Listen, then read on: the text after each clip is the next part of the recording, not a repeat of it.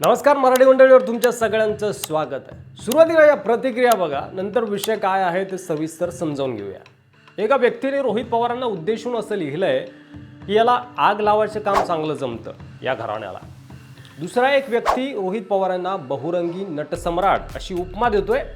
तर पुढील प्रतिक्रिया अशी आहे की हा स्टंट आहे, पोरं अभ्यासिकेत आहेत, जे राज्यसेवाचे पेपर देतात ते बरोबर चहा प्यायला टाइम काढत नाही, मग आंदोलनाचा विषय तर लांबच।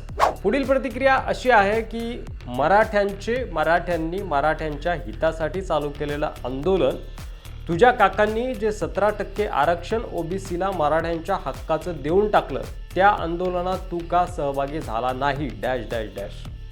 कारण पुढील शब्द जरा सन्मानजनक नाहीये आणि तो उच्चारणं एखाद्या राजकीय नेत्याबद्दल योग्य नाहीये। एक व्यक्ती असं लिहितोय पुढे की तुला आणि तुझ्या बाबाला दुसरा काही उद्योग नाहीये का? अख्खा महाराष्ट्र लुटला आणि महाराष्ट्र लुटला नसता तर महाराष्ट्राची प्रजा सुखी राहिली असती। तर एका व्यक्तीने थेट नालायक राजकारणी, राजकारणातील कीड असं लिहून रोष व्यक्त केलेला आहे। पुढील प्रतिक्रिया अशी आहे की अगदी आजोबाच्या पावलावर पाऊल ठेवून चाललाय। तर कुणी रोहित पवारांना नौटंकीबाज असं म्हटलेलं आहे। तर विषय असा आहे की एमपीएससी आणि बँकिंगच्या IBPS परीक्षा एकाच तारखेला आल्यानं पुण्यात अनेक विद्यार्थी गेले 2 दिवस रस्त्यावर उतरले होते। एमपीएससीची 25 ऑगस्टला होणारी परीक्षा पुढे ढकलली जावी अशी या विद्यार्थ्यांची मागणी होती आणि अखेर त्यांची मागणी पूर्ण झाली। विद्यार्थ्यांचं बरोबर देखील आहे, कारण आपण 2-2, 4-4 वर्ष अभ्यास करतो आणि 2 परीक्षा एकाच तारखेला जर आल्या तर मग ही द्यावी की ती द्यावी अशी परिस्थिती होती। यात महाराष्ट्र लोकसेवा आयोगाची खरं तर चूक होती की त्यांनी IBPS परीक्षा ज्या दिवशी होती त्याच दिवशी एमपीएससीची परीक्षा ठेवली।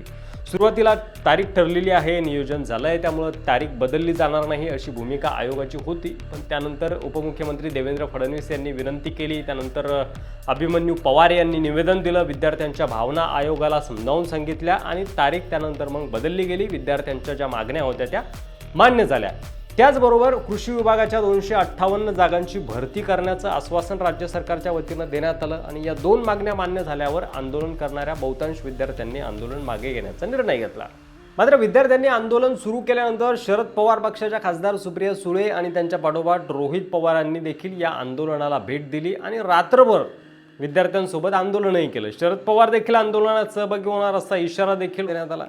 आंदोलकांच्या 2 मागण्या मान्य झाल्या आणि आता 3ऱ्या मागणीसाठी शरद पवार आणि आम्ही मुख्यमंत्र्यांशी चर्चा करू असं आश्वासन रोहित पवारांनी दिलं। बघा, एमपीएससी ही एक स्वायत्त प्रशासकीय संस्था आहे। परीक्षा घेणं, तारीख ठरवणं हे सगळं आयोगाचं स्वतंत्र काम असतं। यात कोणत्याच राजकीय नेत्याचा हात नसतो हे माहीत असूनही रोहित पवार या विषयाचं राजकारण करत आहेत असा आरोप त्यांच्यावर आता होतोय आणि त्यामुळे या संतापजनक प्रतिक्रिया आपल्याला बघायला मिळाल्या, ज्या आपण सुरुवातीला बघितल्या।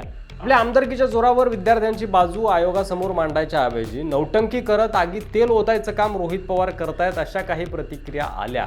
आता बघा ना, औसाचे आमदार अभिमन्यू पवार यांनी या प्रकरणी आयोगाला निवेदन सादर केलं। मुख्यमंत्री, उपमुख्यमंत्री यांच्यामार्फत पाठपुरावा केला।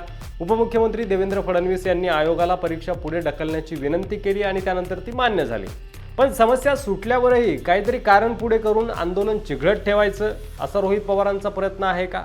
आंदोलनाच्या नावाखाली जीव तोडून अभ्यास करणाऱ्या मुलांचं आयुष्य बर्बाद करून आपला स्वार्थ साधायचा असा या पाठीमागचा डाव आहे का असा प्रश्न आता उपस्थित राहतोय।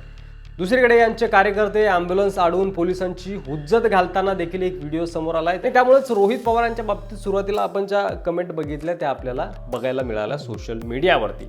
आता या संपूर्ण विषयावर तुम्हाला काय वाटतंय, तुमचं मत कमेंट बॉक्समध्ये लिहायला विसरू नका आणि व्हिडिओ जास्तीत जास्त शेअर करा।